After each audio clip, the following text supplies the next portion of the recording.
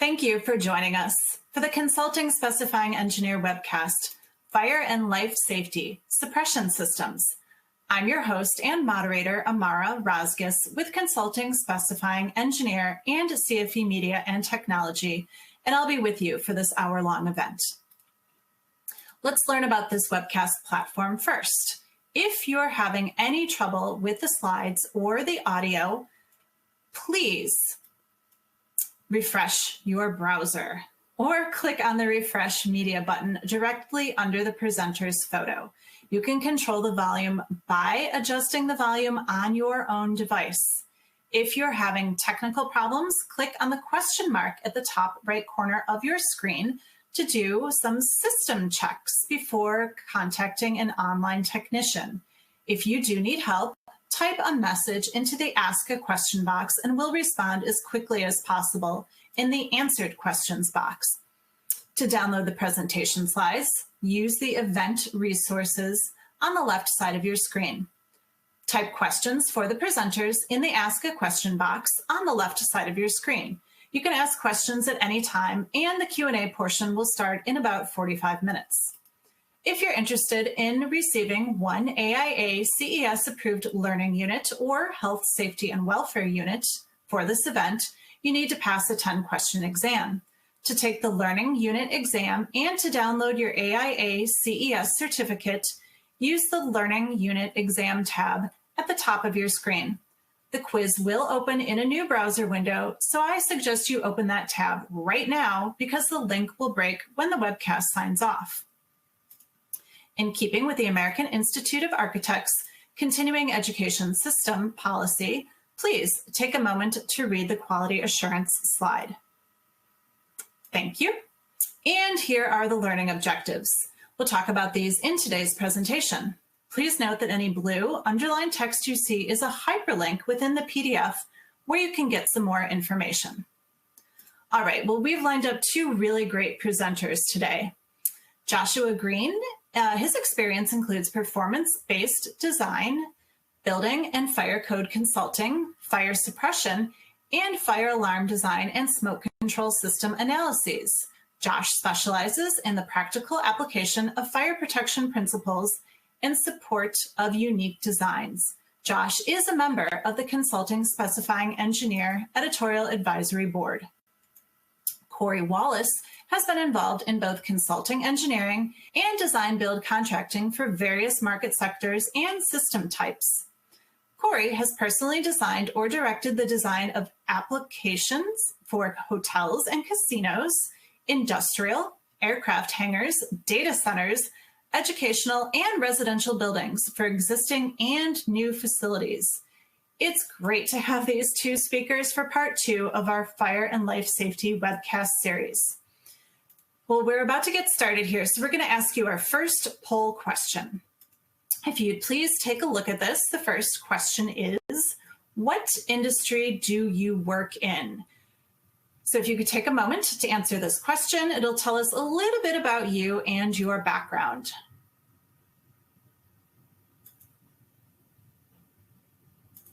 So your options are, you might be an AHJ, you might be an engineer. We have a lot of different people with different backgrounds here. So let's see, what industry do you work in? So far, the results coming in are, oh, wow, it's quite a few people who are engineers. However, they're not fire protection engineers. So we've got quite a few folks who have a good solid engineering background, however, are not specialized as fire protection engineers. Thank you so much for taking that poll. Josh, you are our first presenter today. Let's get started. Thanks, Amara. Yeah, let's roll right into it. We have a lot of information to cover today, but we'll start with just a couple of slides that are more of a housekeeping thing. And this is discussion of codes and standards and how they interact and what the hierarchy is. I've been doing this for about 25 years now, fire protection engineering and code consulting. And I still see on a weekly basis a kind of an interchangeability between codes and standards among different people, and not everybody really recognizing where each one comes into play and how they interact. So this is just a real quick refresher for everybody, starting with codes, which are generally for what we're talking about for fire suppression systems, building and fire codes. These are adopted as law by a jurisdiction, whether it's a federal agency, a state, a city, whatever, and contain prescriptive requirements for a building or structure. They are often taken from a model building code or a model fire code, which take the form in almost all jurisdictions in the United States and lots of places internationally, either from the International Code Council in the form of the International Building Code and International Fire Code, or from NFPA with the Life Safety Code, which is NFPA 101, or NFPA's version of the fire code, which is NFPA 1. Codes establish when fire suppression systems are required. It's very important. We see these every once in a while. We'll see a response from someone when asked from a jurisdiction, why a fire suppression system is being provided, and they'll immediately go to the NFPA standard that is applicable to that system. But that does not establish when the system is required. It establishes, requirements for the system once it's established that it's needed. So it's very important just to understand that the codes are the thing, they are the law. Standards, on the other hand, if I can get to the next slide. Oh, I think I went too far. There we go. Standards, on the other hand, are typically in the form of reference standards, and they are referenced within the building codes or fire code. These standards establish how the systems are designed and installed. So codes, building or fire, identify when the systems are required. Once they are required, then the reference standards take over and tell you how to design and install them. Standards do not dictate when systems are to be installed. It's very important to remember that. The other thing to recognize is the International Building Code, International Fire Code, NFPA, they all identify methods for dealing with conflicts between codes and reference standards. We've excerpted from the 2021 edition of the IBC that language below. 102.4.1 basically says, look, when you have a conflict between a code and a reference standard, the code requirement is applicable. The reference standard requirement is second. And that is very important to remember, because it doesn't happen often that you get conflicts between both. But it does happen on occasion. Some of the NFPA standards have a habit every once in a while to throw a code related, why systems are required or when systems are required, as opposed to how. And it can create a conflict between a code and a standard. So it's really important to recognize that when that happens, the building code or the fire code takes precedence over the reference standard itself. All right, thanks for kicking that one off, Josh. Let's move on to the next poll. All right, next question is, what type of fire suppression system are you most interested in learning about? So here we're asking for your number one fire suppression system that you're interested in learning about. If you could please answer that question, that would be terrific. Let's see. Okay, wow, lots of answers here. So it looks like we have a pretty good number who are interested in wet suppression systems and also clean agent suppression systems, with a few who are interested in dry too. So the leader right now is wet suppression systems, clean agent coming in second, and oh, hey, pre-action just took over. All right, well, there we go. Let's move on to the rest of this presentation. So this appears to be a really good segue, since wet sprinkler systems are the systems that you're most interested in. Let's talk about those. Wet sprinkler systems are really the base systems that we want to design for in fire protection. In fire protection, we have a philosophy of designing this system with the simplest approach, meaning the fewest opportunities for failure. So one thing that you will see consistently in fire protection is that we don't like systems that have a lot of steps, because a lot of steps and a lot of sequences open up the opportunity for failure. The wet system is a really simple system. Ultimately, the wet system is called wet system because there is water inside of the sprinkler piping, and the water is really being held back by the sprinklers themselves. You can see on the screen, we have a picture of an upright sprinkler with the fusible link and a picture of a pendant sprinkler with a glass bulb. Ultimately, the fusible link and the glass bulb hold the water back.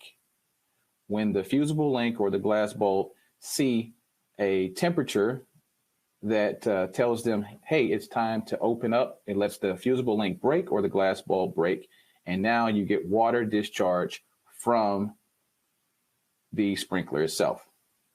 Now, typical applications that you would see a wet system is office building, hotel, casino, etc. They're going to be in your very, very, very normal applications. And once again, the default sprinkler system should be the wet sprinkler system because of its reliability.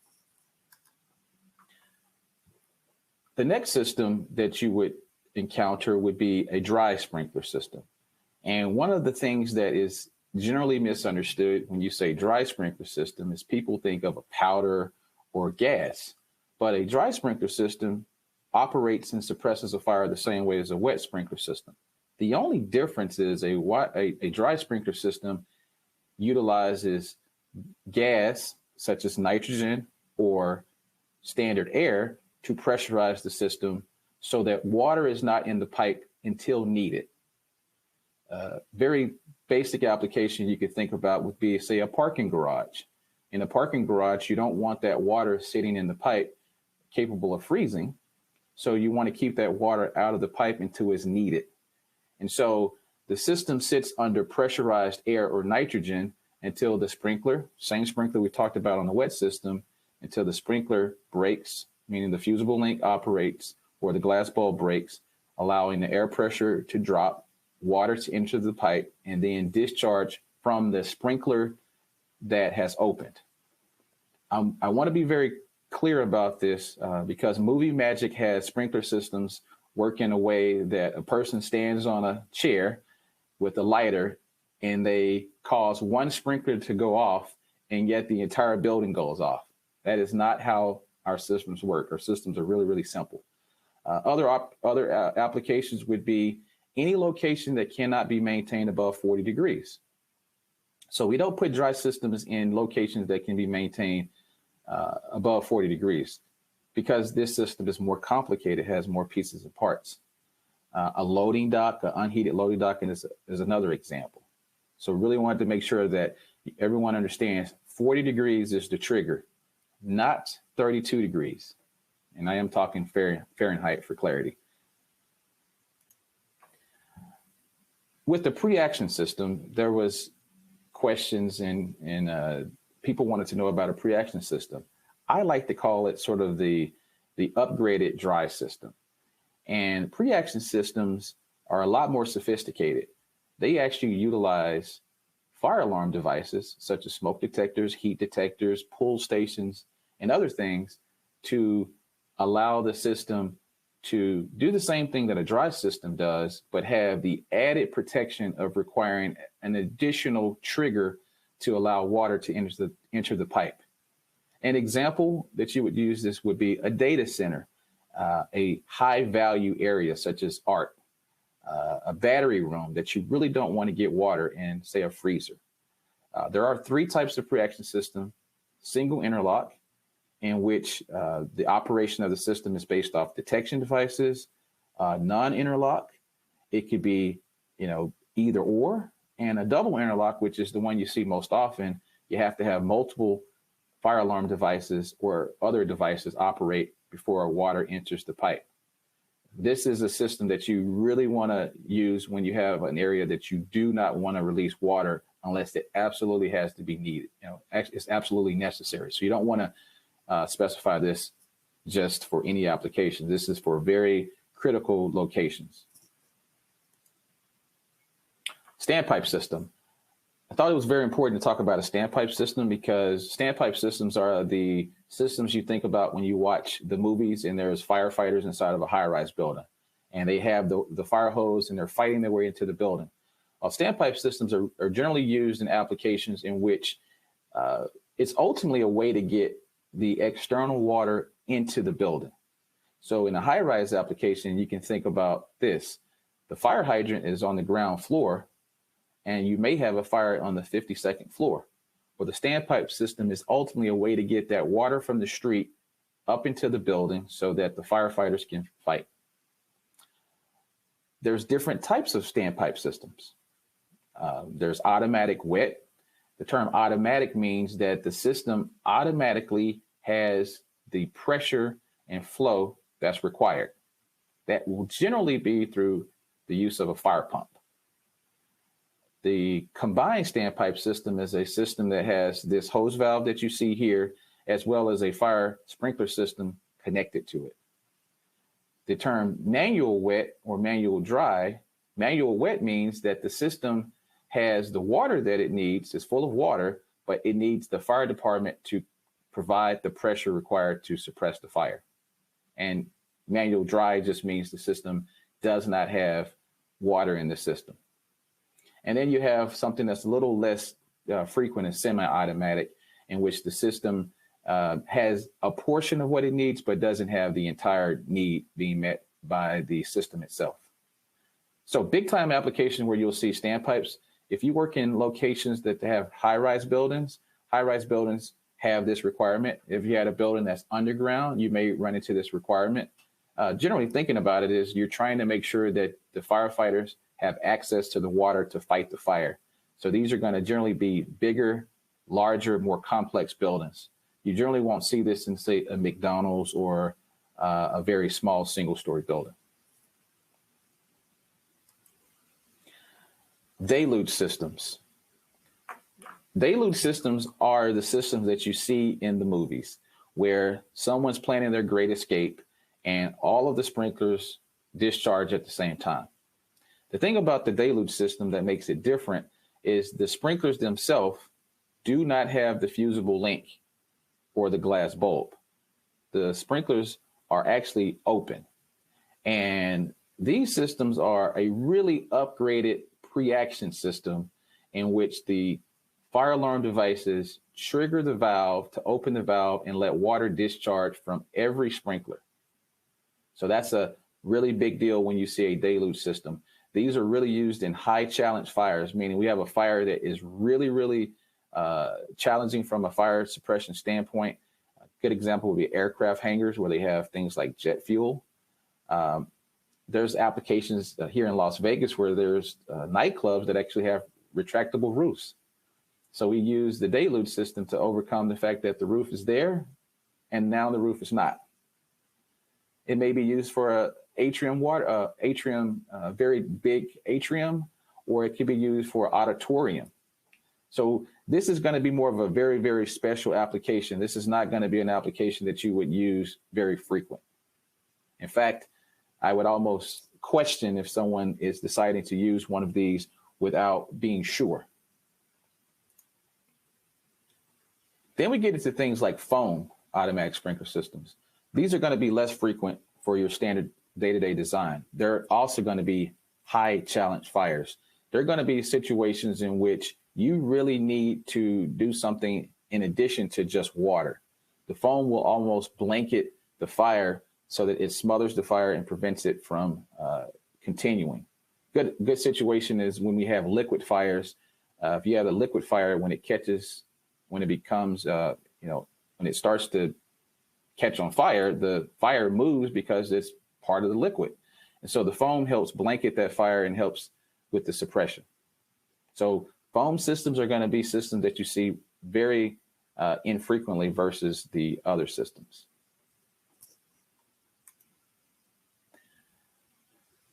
Then moving on to water mist systems. Water mist systems are definitely systems that have become sort of a new age approach, especially with the need for water conservation. Water mist systems provide sort of a combination of both nitrogen and some other things. I'm actually going to hand this over to Josh, and Josh will be able to cover more of the water mist systems. Thanks, Corey. Yeah, I mean, as Corey discussed earlier, he dealt with a lot of the water-based systems that you see very often, wet sprinkler systems, dry sprinkler systems. I'll walk you through a few of the suppression systems that you may not see as often, whether they're just for a specific application, they're a newer technology, or just something that are not done nearly as often in the mainstream projects and are there for a specific hazard or something like that. So water mist, as Corey was saying, obviously it's still a water-based system, and water mist systems have been around now for decades. Instead of a larger droplet system like a wet sprinkler system will provide, where the mechanism for control and suppression is those larger droplets getting through the fire plume to the base of the fire and helping to control it that way. Water mist systems actually utilize very, very tiny droplets, hence the term water mist, with a mechanism for controlling the fire from basically an ionization standpoint, very small droplets that evaporate very quickly and help to cool off the fire, as opposed to dropping water all the way to the base of the fire and trying to control it that way. There are basically two different applications that water mist is really good for. The first is where you want the well-known abilities of water to control and suppress a fire, but you don't want a lot of water damage, or you don't want a lot of standing water after the fact. For instance, you'll see these systems in museums and art galleries and similar facilities that have things that don't react as well with water. You can still apply water to them, but you really don't want those large droplets to accumulate on the artwork. The other time that you use water mist is when you have a water supply issue. So you don't have enough water, whether you're on a ship and you're trying to protect a machine room on a ship, or you're in an area fairly remote from a water supply, from a municipal supply, or so on, and you want to limit how much water you're applying. Water mist systems use drastically less water than wet sprinkler systems do, and they still are very good at suppressing most normal fires. The NFPA standard, just for everybody's information, for water mist is NFPA 750. Okay, moving on to clean agent fire extinguishing systems. And you may recognize that we're using a little bit of a different terminology for this. We don't necessarily call wet sprinkler systems and dry sprinkler systems, et cetera, extinguishing systems. We call them protection systems. That's because those types of systems are there to more so control the fire and keep it from spreading. Clean agent systems and some of the other ones that I'll be talking about are actually designed to be extinguishing systems. They are there specifically to take a fire out completely, not just control it until the fire department can respond to it. Most of you probably know what a clean agent system is to a varying degree. The definition from NFPA 2001, which is the standard that regulates this type of system, is basically a gaseous agent that is both non-conducting and doesn't leave a residue upon evaporation after it's discharged. Hence the clean agent concept, or the idea behind the clean agent. It's there to provide protection to areas that don't interact very well with water. For instance, you'll see clean agents used in a lot of data centers and telecommunication spaces, areas where you have energized electrical equipment that is high value or very important to keep running, and you don't want to drop water on it. Similar to water mist, you'll see them in museums and some cultural areas as well, where you don't want water on the assets because they don't react terribly well. And also for storage of high value objects and artifacts and things like that. Clean agents basically take one of two different compositions. One is what's called a halogenated agent. These are what you would have really expected after halon was phased out. These are the agents that came in right after that.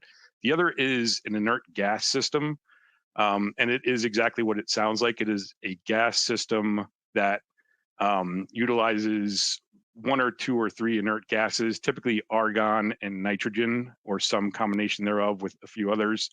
And the intended method of protecting it is to actually starve the oxygen out of the room down to the fact that it can't sustain combustion. It's very important to note that clean agent systems are what I like to call one and done systems. They are based off of cylinders of agent that sit outside of the room and are piped into the room. When they activate, they dump that entire cylinder or set of cylinders into the room to provide a specific concentration to the room that sits there for at least 10 minutes to extinguish the fire. However, once that agent dissipates after that 10 minutes, if the fire reestablishes itself, there is not another clean agent system backing that up. So you'll often see with clean agent systems a backup system to protect the room just in case that extinguishing system doesn't work. The clean agent system is great for catching a fire quickly and extinguishing it in most places. But if the fire does get beyond that, usually you'll have a backup system like a pre-action sprinkler system as well in that room to catch a bigger fire. Moving on to the wet chemical system. This is a very, very specialized system. You'll pretty much see these systems only for commercial kitchen applications, for protecting fryers, griddles, range tops, broilers in commercial kitchen applications. Wet chemical systems have been around for quite a while as well. They're actually a supplemental to what used to be used for kitchens, which was the dry chemical system. The wet chemical systems came into being and are used almost entirely now. You don't see many dry chemical systems going back to commercial kitchens anymore for two reasons. One, the wet chemical is able to handle some of the higher temperature fryers that can handle higher temperature grease cooking, and the dry chemical system does not work very well with those. The other is the wet chemical systems tend to be a little bit easier to clean up. Dry chemicals, once they're discharged, create one heck of a mess. They drop onto the hot surfaces, and they're very good at extinguishing or controlling a fire, but they are really, really difficult to clean up after the fact. Because wet chemical systems came in after dry chemical systems kind of as an add-on, their NFPA standard is NFPA 17A, the A being kind of an accessory to NFPA 17, which handles dry chemical systems.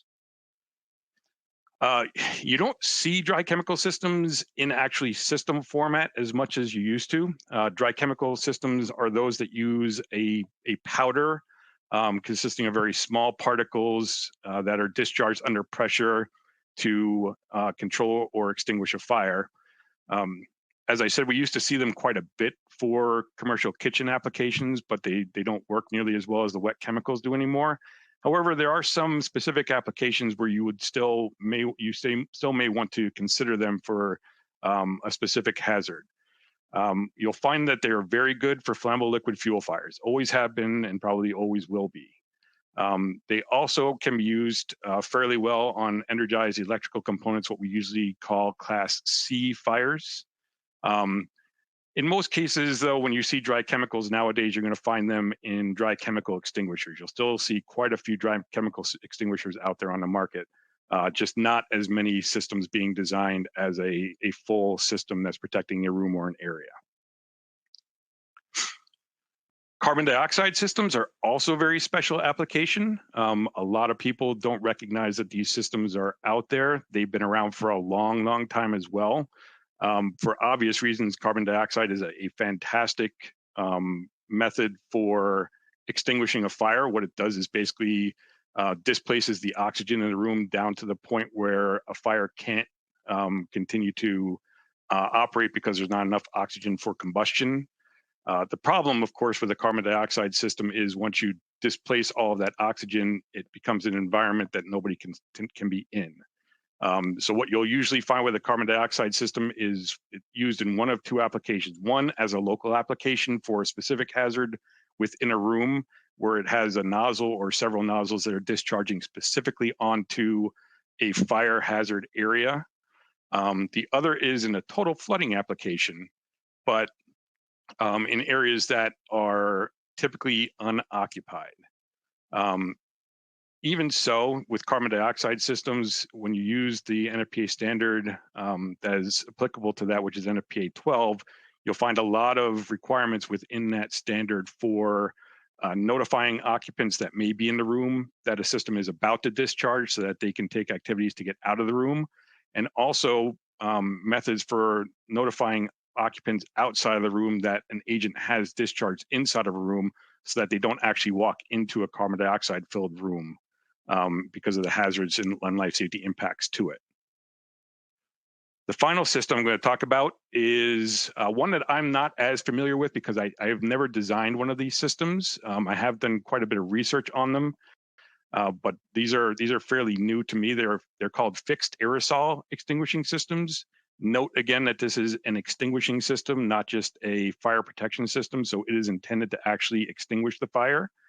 And these types of systems are interesting because they basically use solid particles and gas, and the agent or the aerosol compound that is the extinguishing agent is actually generated by a combustion process, which is interesting because you're using a combustion process to basically fight a combustion, a combustion event.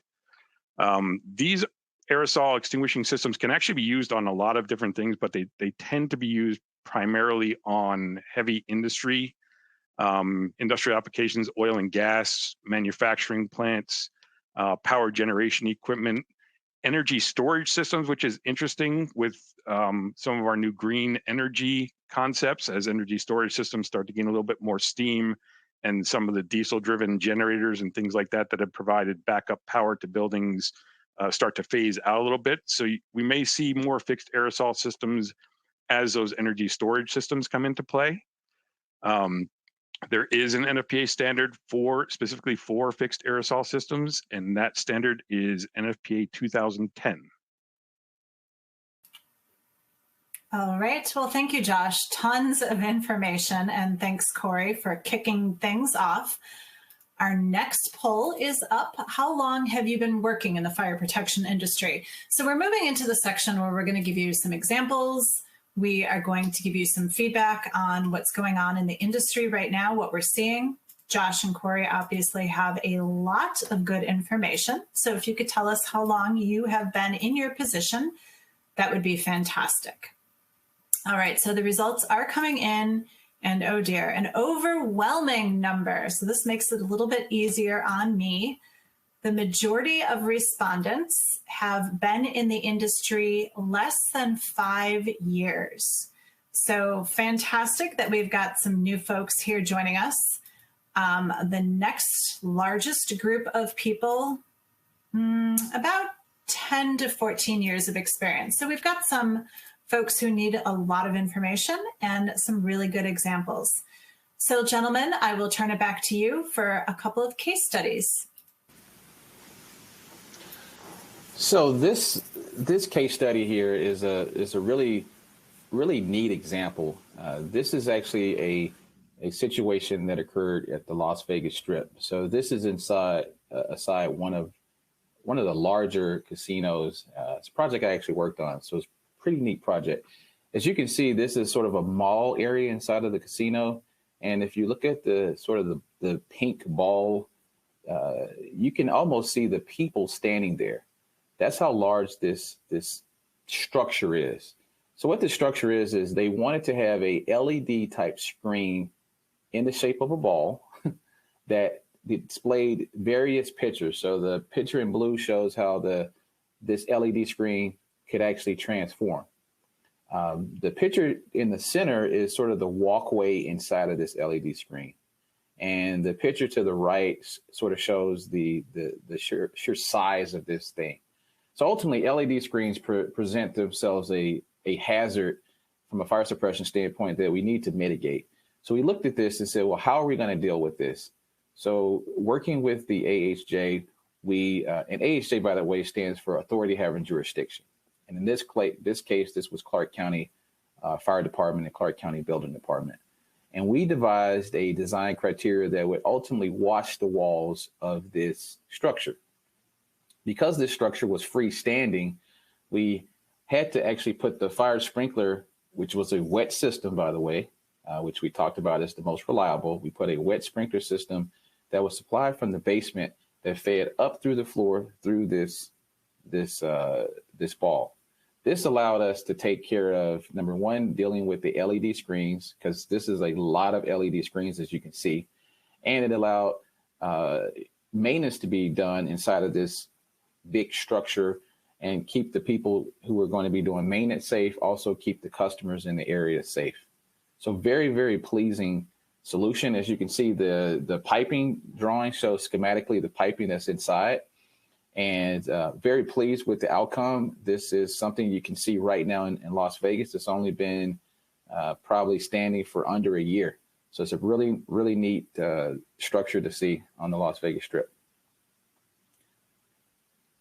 One of the challenges about this, by the way, was there is no code that really directly addresses this. So when you run into some of these things, some of the questions that we see that come through will say, well, how do you know how to design these things? Well, as engineers, we have to take a look at the situation. We have to look at the intent of the code. And then we have to say, what are our design needs? What do we need to do? We need to keep the people safe. We need to keep the LEDs safe. We need to do these things. And then we ultimately had to write an alternate means report to address this, meaning we had to say code does not really address such an animal. So we need to come up with something innovative to accomplish the design need. Now, within this same casino hotel, we have something called obstructions in NFPA 13, which is the standard for basically our fire sprinkler systems. And one of the things that we consistently had on this project was really intricate, neat chandeliers, obstructions, just things that hang down from the ceiling that would ultimately prevent the sprinkler water discharge from reaching the hazard. So we had to come up with very innovative ways to both take care of the fire from a life safety standpoint, but we also wanted to make sure that it looked good. You know, people come to these casinos for the ambiance, they come for the aesthetics, they come for just the shock and awe of Las Vegas. Worst thing that we could do is have an ugly sprinkler pipe just hanging down in the middle of the casino.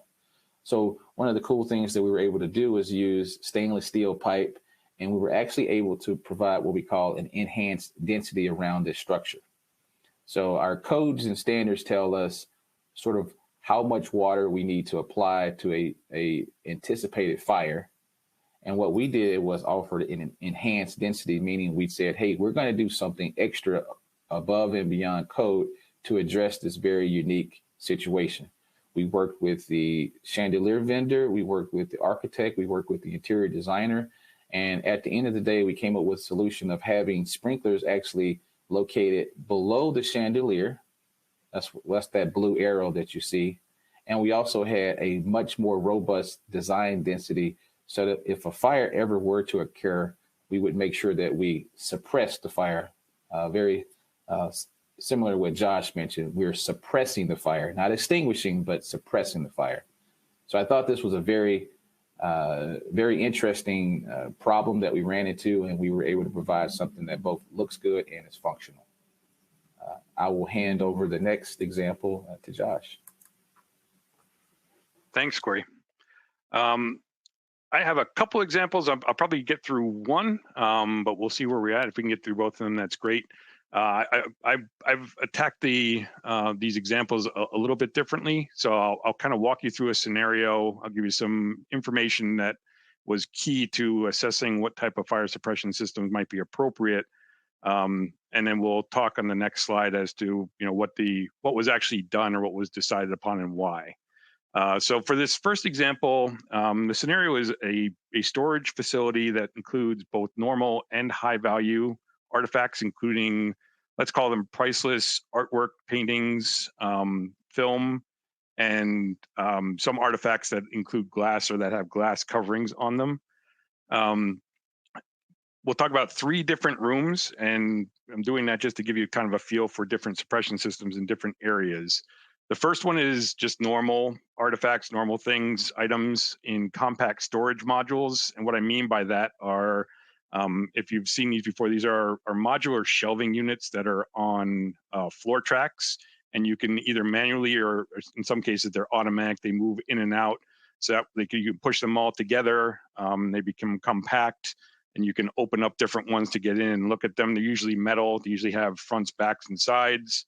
And just open. They look like bookshelves when they're open, but when they're closed, you actually can't see in to see what's inside them. Room 2 has high value artwork and paintings on racks, and those racks, the storage is less than 12 feet in height. And room 3 has high value film and some of those glass covered items I was talking about.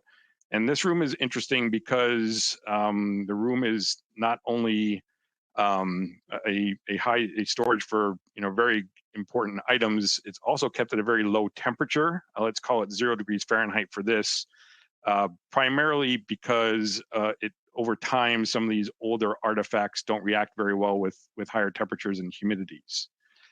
Each room has its own separate ventilation system and also has a mechanical equipment room with some additional size that we could use if we need it. The client needs for this space include limiting damage to the high value items beyond the fire source. So basically an early suppression type of thing to catch a fire before it becomes too involved and starts hitting some of the high value items. Reducing the potential for inadvertent system water discharge in those high value rooms. So nobody wants to dump water on their items, even if it can handle that. Little or no impact from agents or byproducts of those agents on those high value items. And in this case, and you don't get this very often, because of the importance of the artifacts being stored, the protection is more important than the cost of the protection. So because these are such expensive artifacts, the client wants the best protection possible for them. So let's take a look at what we can glean from that. For room 1, remember this is the normal artifacts, typical combustibles, nothing special. As you might expect, the suppression solution is a very simple wet sprinkler system. I told you about the movable shelves. In this case, those compact storage modules actually have a specific section in NFPA 13 for their protection, and they have limitations on what those compact storage modules can be. So if someone wants to use them, it's good to have a conversation early with that client as to how they're specifying those modules so that they meet all the requirements in NFPA 13 to allow you to sprinkler them just with a wet sprinkler system. Storage on racks less than 12 feet was important because once you get above 12 feet, NFPA 13 triggers some storage requirements, which require some higher density sprinklers, in some cases ESFR or others that have a much higher water demand than storage under 12 feet. Room 2, remember this is the one that is storing high value artwork and paintings stored on racks. The suppression solution for this one is actually a twofold solution. The first is primary protection via gaseous clean agent system. The secondary protection via double interlock pre-action system. And the reasoning behind that is, remember, we're trying to reduce the potential for water damage, and clean agent certainly does that. There is no water basis to those agents. And they can interface with early detection for an early and quicker response of that clean agent to a smaller fire before it becomes deeply rooted or when it starts impacting larger items or more of the area. And also, as I said before, the building has mechanical spaces that have some excess location. So we actually have the ability to store clean agent cylinders in those spaces without having to create space somewhere else to find a location for that. The third room remember this is the high value film and some of the items that have glass incorporated with them and that are maintained at a low temperature. And the suppression solution for that is actually, again, clean agent, but in this case, it is an inert gas system. So remember that inert gas is one of the 2 clean agents available with, again, secondary protection via the double interlock pre-action system. And the reason for the inert gas is twofold. One, though it's not usually publicized and it doesn't happen often, some of the halogenated clean agents actually do decompose when a fire gets too big at higher temperatures. And some of those decomposition items include acids that can etch glass. So we found out during this project that we could not use some agents that we would typically use just because of those decomposition products. The chance of that happening is fairly low, but in this case, with the artifacts and how important they were to the end user, taking that decomposition and the glass etching concern off the table was very important. The other thing is the inert gas systems can actually work within that 0 degree environment. When you look at clean agent systems and look at some of their data sheets, you may find that they work within temperature ranges. Not all clean agent systems can work in a 0 degree environment. In this case, we weren't even sure if the inert gas, because it was right at the bottom range of the inert gas that we were using. And as part of this design, we actually did a full dump test once that system was installed in the 0-degree environment to make sure that we could contain the system and we would get the concentration of agent that we needed. And finally, the pre-action system, as I told you before, we usually back up clean agent systems with another system just to give, if that first clean agent system doesn't take care of the fire, we have something backup. The pre-action system limits the potential for inadvertent discharge. And because the piping is dry, as Corey told you earlier, for the pre-action system within the room, it's okay for that 0-degree Fahrenheit environment. I think we're probably close enough to time that I'm not going to go through the second example. I think it's better for us to take some questions. So I'll move us on past that and get us to this. All right. Well, fantastic, Josh. Thank you so much for that information. And a toast to you and Corey for a fantastic job. I think this is a bourbon toast today, so I just wanted to say thank you very much. That was a lot of information. And as a reminder, you may earn one AIA CES approved learning unit and health, safety, and welfare unit for this event. You do need to pass a 10-question exam. We understand that some of you are having difficulty with that exam link. So if you'd like to send us a question in the Ask a Question box, we'll send you that link directly. Otherwise, you'll need to wait for an email from us to let you know how to access that exam. All right, and if you'd like to learn some more, if you'd like additional continuing education, we have CFE EDU.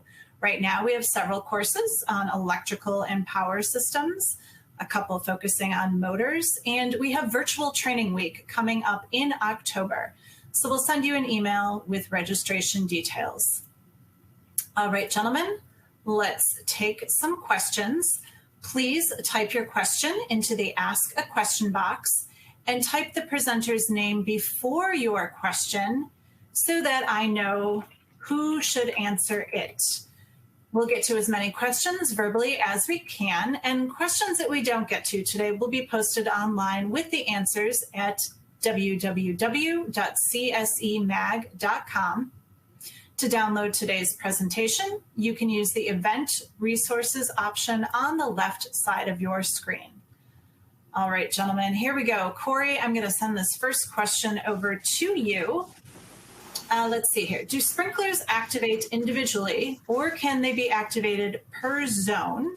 And then part two, what's the difference in design? So ultimately, your basic wet sprinkler system utilizes that fusible link and glass bulb that we spoke of. So the sprinklers will activate individually and not as a zone. So a system that would be designed as a zone might be that deluge system. That deluge system would then have sprinklers that do not have a fusible link or glass bulb. Therefore, when the detection device triggers the valve, it will release the valve to release the water into the pipe. So standard systems, which are wet, dry, pre-action, will not release sprinklers as a zone. They will release individually. The deluge system would be the one that would do it by zone. Okay, fantastic. Thank you. Josh, next question goes to you. So this is from an audience member. A while ago, a manufacturer presented a liquid for fire protection. It wasn't wet, but I don't know what it was. Do you know what he's talking about? Do you have general information about something like that? I think I know what the question is regarding. There is a clean agent out there. It's made by 3M and it's called Novec 1230. It's kind of an interesting clean agent. It's a little bit different than most that you would see, which are it actually stores as a liquid and it passes through the system piping as a liquid, but discharges as a gas. So it is still a gaseous clean agent. But unlike some of the other halogenated agents out there that you get, They to start as liquid. As they pass through the pipe, they actually are what's called two-phase flow. They are a liquid and a gas in the piping, as opposed to a liquid, which only Novec has. So you get a little bit different hydraulics, and the system works a little bit better just because you're not dealing with two-phase flow and having to calculate for that. It's a very involved process. Novec's actually very well known. It's a good agent, like all the clean agents are. It's just a little bit more interesting. And I'll give a real quick anecdote on that. I used to work with a person that worked at 3M on that Novec, and he carried around a jug of it in his that he kept in his office, and he'd play a prank on all new employees that joined us by bringing a cup of it over as if it was water and actually dumping it on their laptop computer. And as soon as it comes out of the cup, it turns into a gas. So it never actually does anything. And because it's a clean agent, it's non-conductive, so it doesn't ever impact electrical. But he did like the effects that he got from dumping it and all the reactions he got. All right. Well, thank you for that anecdote. Let's move on here to the next question. Corey, this one's for you. What fire protection piping design hydraulic calculation software can you recommend? Do you have water pressure flow? Do you have details like that? Yeah, so I really like this question because the thing I tell the designers I work with is they all should be the same. Hydraulics are the same. NFPA 13 gives you very clear direction on how hydraulics work. I've used Haas, which is a fairly inexpensive hydraulic program. Definitely use that on the consulting side because it's not as detailed. I've used Hydrotech, which is a HydroCalc program. I've used the Inherent AutoSprink program. There's Revit RVT. Ultimately, all of these programs should give you the same result. So the driving factor on which one is the best for you would be, what is your line of business? If you're a consulting engineer who's doing very high level calculations and there's a price point, you may want to focus on something like a Haas. If you're in my situation where I do both consulting and I do the contracting side, I prefer something a little more detailed like AutoSprink because it gives me a lot more flexibility and a lot more real-time modifications. So to really summarize that, you really need to see what your business line is and what are you doing and make sure that you get a good return on investment for price point versus what your needs are. But ultimately, they all produce the same end result. Got it. Okay. So it depends. All right. Josh, next question for you.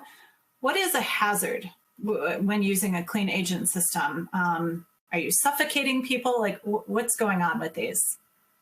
Yeah, it's a good question. One that comes up actually quite often because we are discharging a gas into an enclosed environment, and part of what that gas is doing is reducing the oxygen level below the point where combustion can be sustained.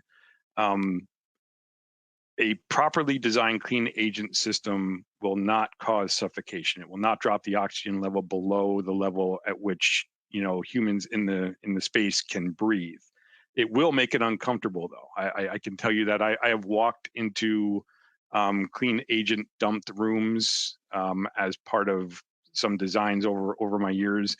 And what it does, because you are walking into a lower oxygen environment, it actually does speed up your breathing, speeds up your heart rate, and so on. So it's not an environment that you want to stand in for a long time. But if it is designed to the concentrations and designed correctly, somebody that is in the room when that discharges is not going to suffocate. That being said, NFPA 2001, which is the standard for clean agent, still has requirements for notifying occupants that the system is going to discharge, that the opportunity to get out. It also has the same requirements as you get for like a carbon dioxide system outside of the room to notify people that a system has discharged, and we don't want people walking back into it. But clean agents are designed to work within that zone of oxygen where you can still sustain breathing, but drops below the percentage that would actually sustain combustion. Got it. Good to know. Thank you. Corey, let's see here. Let's send this next question over to you. Okay, so we're talking about data centers here. How do you see sprinklers applied in data center applications with contained hot aisles that are open to the return plenum? Can you talk a little bit about data centers, suppression systems there? Yeah, so I've done so many data centers, and when, in my first data center, I had the same question. Ultimately, the question appears to be, you have a non-combustible concealed space, and the question is, why are sprinklers required above the lay-in ceiling? The real driver for data centers with hot aisle containment is this.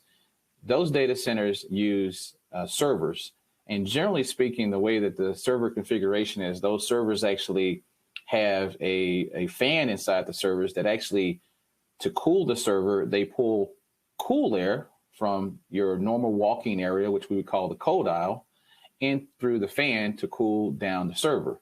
That cool air then goes through the server itself and now becomes hot, ergo the terminology of hot aisle. So once it goes into this hot aisle, it then generally will push up through the hot aisle, because the hot aisle will most likely not have a lay-in ceiling. It will generally just be open to the structure.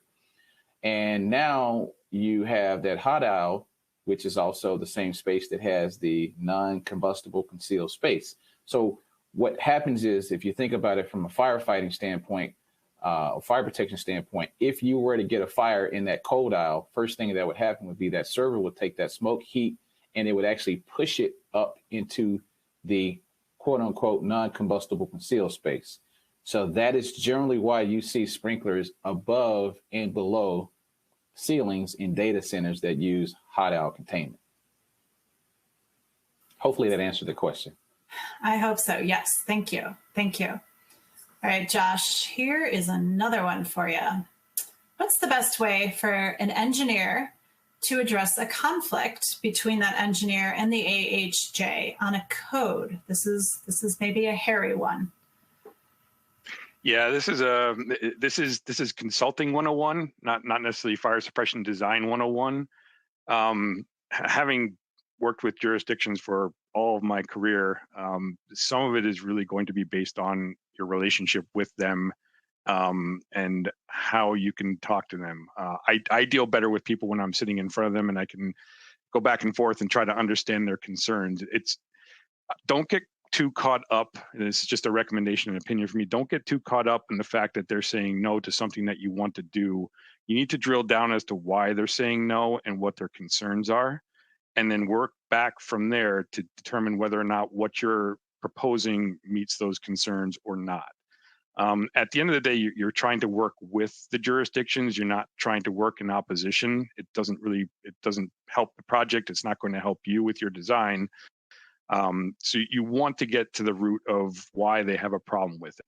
At the end of the day, if you're stuck and you know that you're right, there's some jurisdictions will take commentary or information from NFPA standards groups. So if it's a sprinkler system question that is in dispute, you can actually ask the NFPA 13 committee. You can send in a request for them to weigh in on the issue. Just know that when you do that, you are bound to whatever they tell you. So they may say no to what you're trying to do. But most jurisdictions will at least take under consideration that you've asked the committee and you've gotten something back from the folks that are writing the design standard that you're designing to. So it's not something that I would necessarily recommend, but if it's at the last minute and you're positive that you're right, you can always go that route. But try to stay on the good side of your jurisdictions. They're doing their job as well, and they're doing it for a reason. Just talk to them and talk through it. Thank you for those tips. All right, Corey, a question for you. Why would nitrogen be used instead of air in a dry system? Very good question, very common question. So over the years, we've found that oxygen corrodes in our systems. So the use of nitrogen is a way to offset corrosion.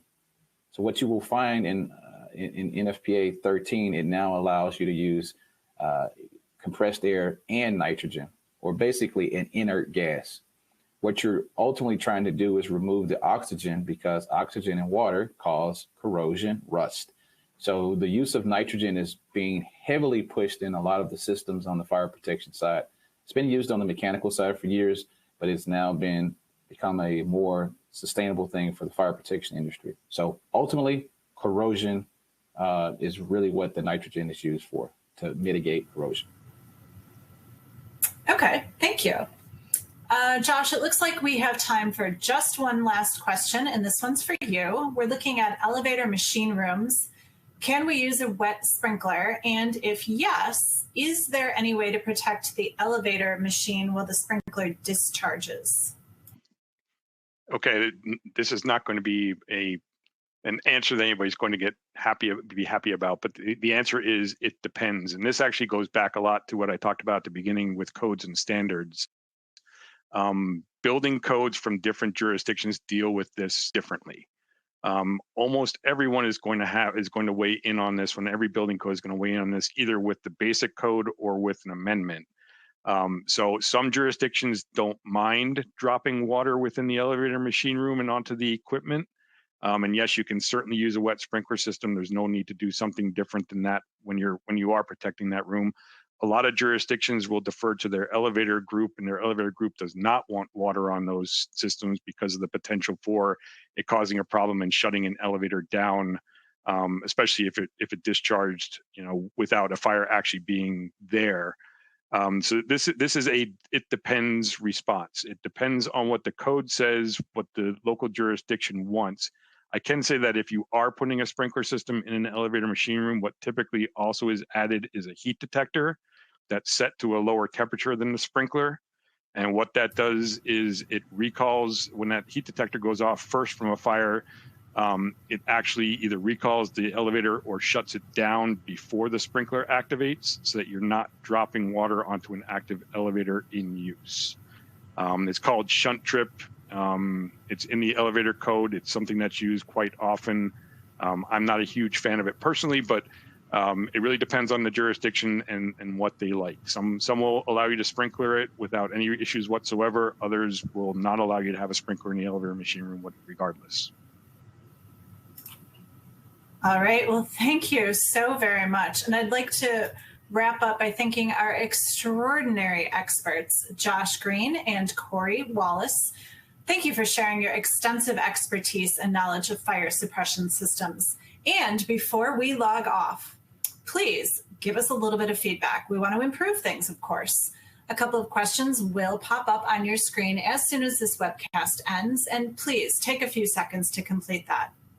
And finally, on behalf of Consulting, Specifying Engineer, and CFE Media and Technology, thank you for joining us, and we'll see you at the next education session. Goodbye.